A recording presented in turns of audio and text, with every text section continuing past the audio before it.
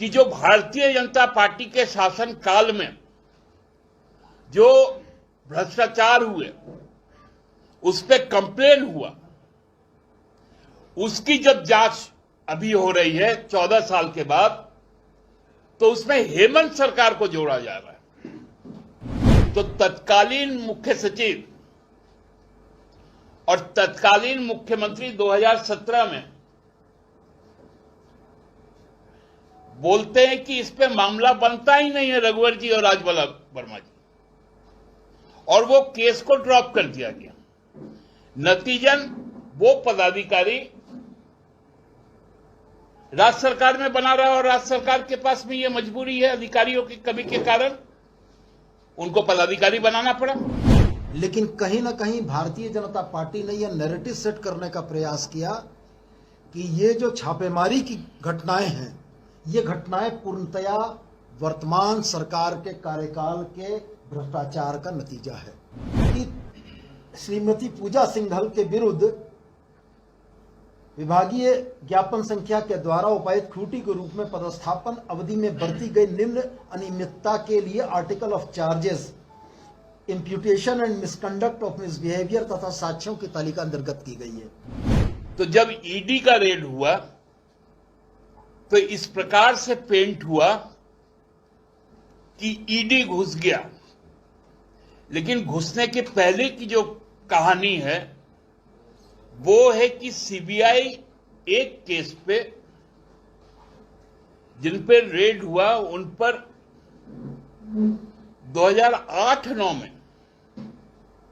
एक केस दर्ज हुआ था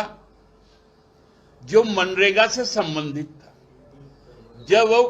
खूंटी की उपायुक्त थी, चतरा की उपायुक्त थी और पलामू की उपायुक्त थी। उस वक्त का जो गड़बड़ झाला था,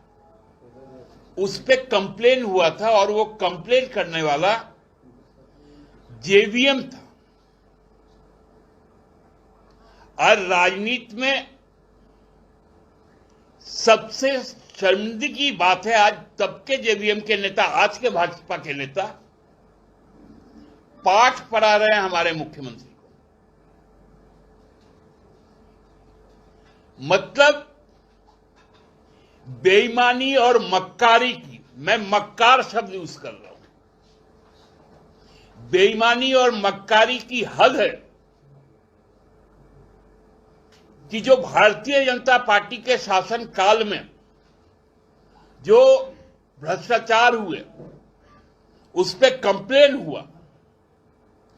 उसकी जब जांच अभी हो रही है 14 साल के बाद, तो उसमें हेमंत सरकार को जोड़ा जा रहा है, क्योंकि वो अभी माइंस की भी सेक्रेटरी है। अरे भैया, राज्य के पदाधिकारी को किसी ना किसी विभाग तो देना ही पड़ेगा, क्योंकि जब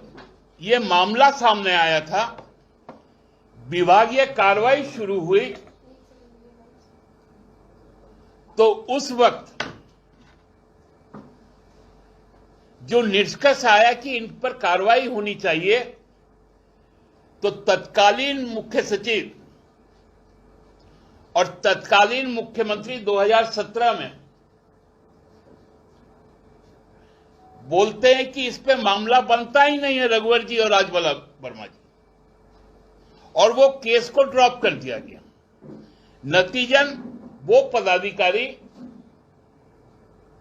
राज्य सरकार में बना रहा और राज्य सरकार के पास में ये मजबूरी है, अधिकारियों की कमी के कारण उनको पदाधिकारी बनाना पड़ा।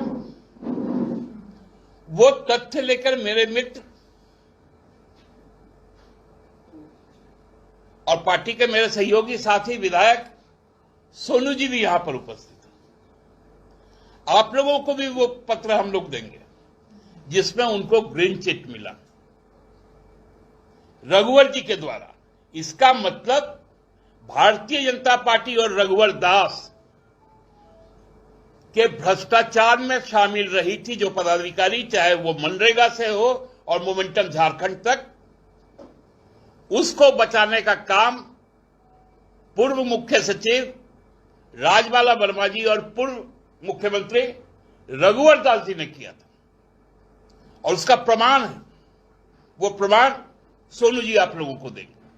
कहीं ना कहीं भारतीय जनता पार्टी ने यह नैरेटिव सेट करने का प्रयास किया कि ये जो छापेमारी की घटनाएं हैं, ये घटनाएं पूर्णतया वर्तमान सरकार के कार्यकाल के भ्रष्टाचार का नतीजा है। हम इसी बात को आपके सामने बड़ा स्पष्ट ये कहना चाहते हैं कि आज सीपीआई के द्वारा रेफर्ड जिस केस पर छापेमारी हुई कल, और शायद आज भी जारी है, जैसा समाचार माध्यमों के माध्यम से हमें पता है, वह तमाम मसले खूंटी चतरा से संबंधित थे और मनरेगा में गबन से संबंधित थे। तत्कालीन मुख्यमंत्री रघुवर दास जी के कार्यकाल में तत्कालीन मुख्य सचिव राजबाला वर्मा जी और इस विभागीय कार्रवाई के संचालन पदाधिकारी अमरेंद्र प्रताप सिंह के निष्कर्षों के आधार पर 2017 में इस प्रोसीडिंग को ड्रॉप किया गया था। मैं आपको पढ़कर सुना देता हूं कि श्रीमती पूजा सिंघल के विरुद्ध